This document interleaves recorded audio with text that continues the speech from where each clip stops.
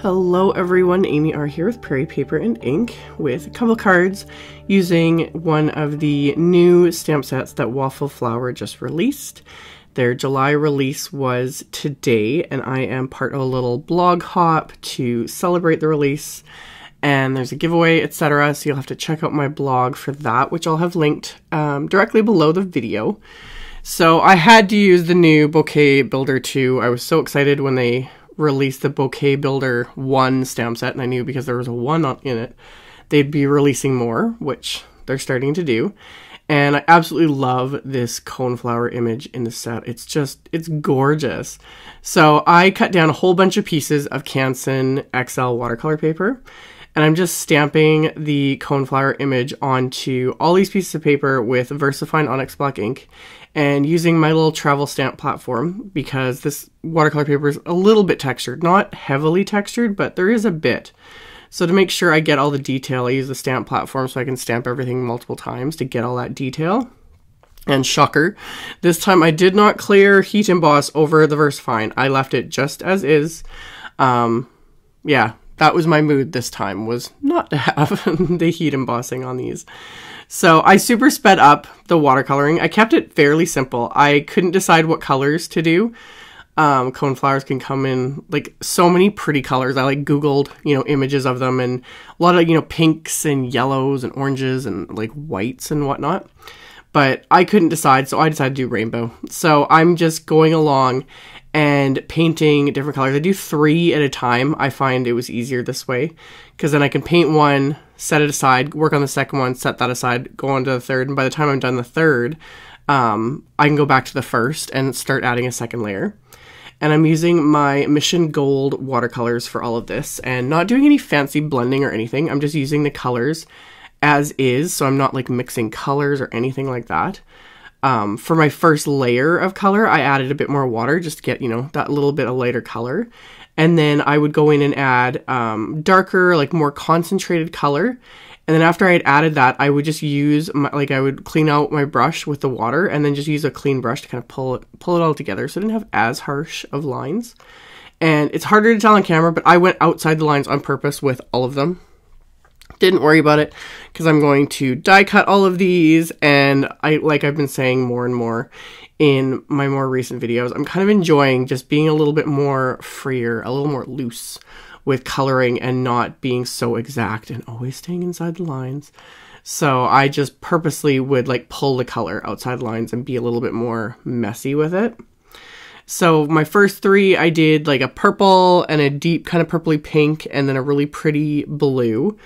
And the next 3 that I did off camera, I did more of a reddish pink and then orange and yellow to do kind of rainbow. My first thought was to put all of these onto one card, but these are quite large. Like even just one of these stamp flowers can, be the centerpiece on a card. But I wanted to cluster them because they're just pretty, and that's usually how they grow anyway. So after I did all of the petals, I do the greenery on all of these. Same thing. And with the greenery, it's more obvious. Like I was just messy with it. I just kind of slapped on the color and then I would intensify it while it was still wet. And then I would go and do the rest of the greenery on the other images. And then once I'm done with all of the leaves and stems, I'm going to just mix together a bit of brown in the palette with some water and paint the actual little cones of all of these flowers. So really simple. I'm using a silver size 4 brush for all of my watercoloring and just keeping it simple and fun and just loose. So after I've done painting all of these, I set them aside and then I went and finished the other 3 flowers that I had stamped. And then I die cut everything with the coordinating wafer dies. And I love the die for this one especially because it cuts out between the leaves and the stems as well. So it just kind of gives it that more finished look. So then I also, while I was die cutting everything, I die cut some Neenah Solar White 80-pound cardstock because it's got the smooth finish. I die cut that with one of the Waffle Flower Stitch Rectangle dies. And then I started sponging on some Distress Oxide ink. Now, and I've said this in other videos, my sponging sometimes leaves a lot to be desired. It's funny though how on camera it looks so much better than it does in real life. Like when I was doing this, like this is in real life, this is very streaky. It's not a very good blend, especially the blue. The oxides in me were not working together well when I was making these, and it was really streaky, but I was determined to make it work. Plus I was like, you know what? You're not really going to see it. Like once you actually get the flowers on, you're not really going to see the background very well.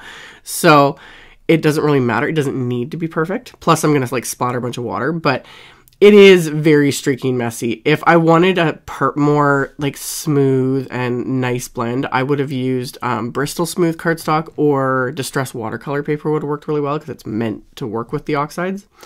So, but this worked. I was okay with the streaks. You're not going to notice it. So I did the 2 panels with the same colors. I just used Lucky Clover, Broken China, and what was that? Twisted Citron. My brain just stopped there. So sponge that onto all 3 and then heavily splattered water on it. And rather than using the spray nozzle on my distress sprayer, I like to just take the nozzle right out and flick the little like straw or tube or whatever. I get more consistent like actual droplets rather than that like splattery look. It just depends on the look I'm going for. So I did that with both backgrounds, let that sit for like a minute, and then picked up with paper towel. So I have that fun, you know, splattery, watery look.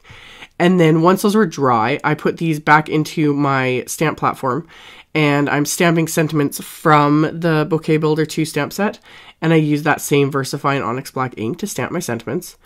So once I have those stamps stamped, I can now start adhering all of these die cut flowers onto these panels. So I'm just going to use some Nouveau liquid adhesive for this and adhere them all over, letting the parts hang off. It looks kind of like a hot mess when all the parts hang off. That's the funny thing with these is sometimes it looks nice to let something, you know, hang off the edge of a card just to give it that extra look. But with these, it just kind of looks like a mess. But I'm going to let that adhesive dry, and then I'm going to cut off all the parts that are hanging off with scissors. So I started with the first one because the glue started to dry now. And I just flip this over and use the edge of the background as my guide to trim off all these little bits that are hanging over the edges. And once I've got these trimmed off, it just finishes off these card fronts so much better. So get everything completely trimmed off, and you can see how much nicer these card fronts look. So after I've got that trimmed off, I want to stamp the insides of both my card bases. And the card bases are heavyweight white cardstock cut to 4 1/4 or cut to 5.5 by 8.5. So they're top folding A2 size cards. And I just lined up the coneflower stamp again in my platform, but this time I lined it up kind of the opposite side of the lid here so that I can have my card base kind of hanging off the edge of this, because I want to stamp the coneflower multiple times on the inside of the card, and again using Distress Oxide inks. I'm really liking these for stamping on the insides of my cards. So I just chose colors similar to the colors of watercolor that I used on the outside of the card.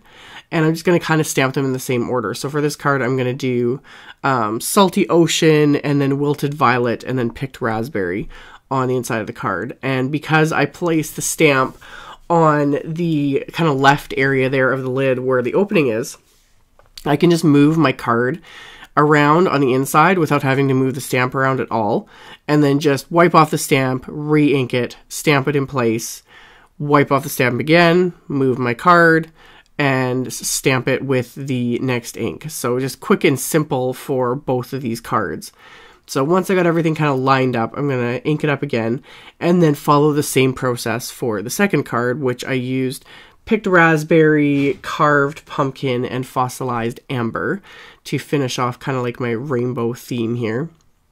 So once I've got those all stamped, I can then adhere these panels to the card bases, and these panels are A2 card size because it was the largest die from the Waffle Flower Stitched Rectangle set. So it's 4 1/4 by 5.5, so it completely covers that card base.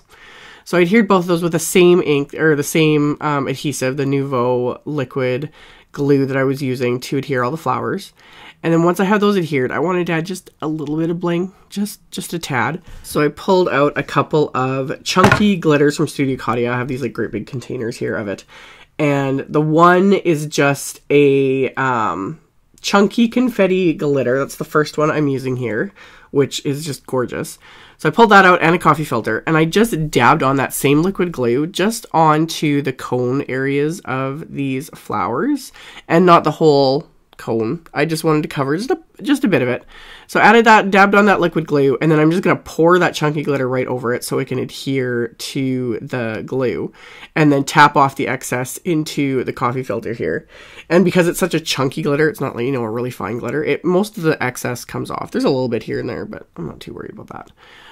It's not like a fine glitter. I don't often, in fact, I can't even remember the last time I used like a fine loose glitter, because more often than not, it just, oh, that stuff gets everywhere. Anyway, use that. And then I have the Studio Katia chunkier, like the dots confetti glitter. So it's almost like the flat confetti we like to use on our cards. It's, you know, a decent size.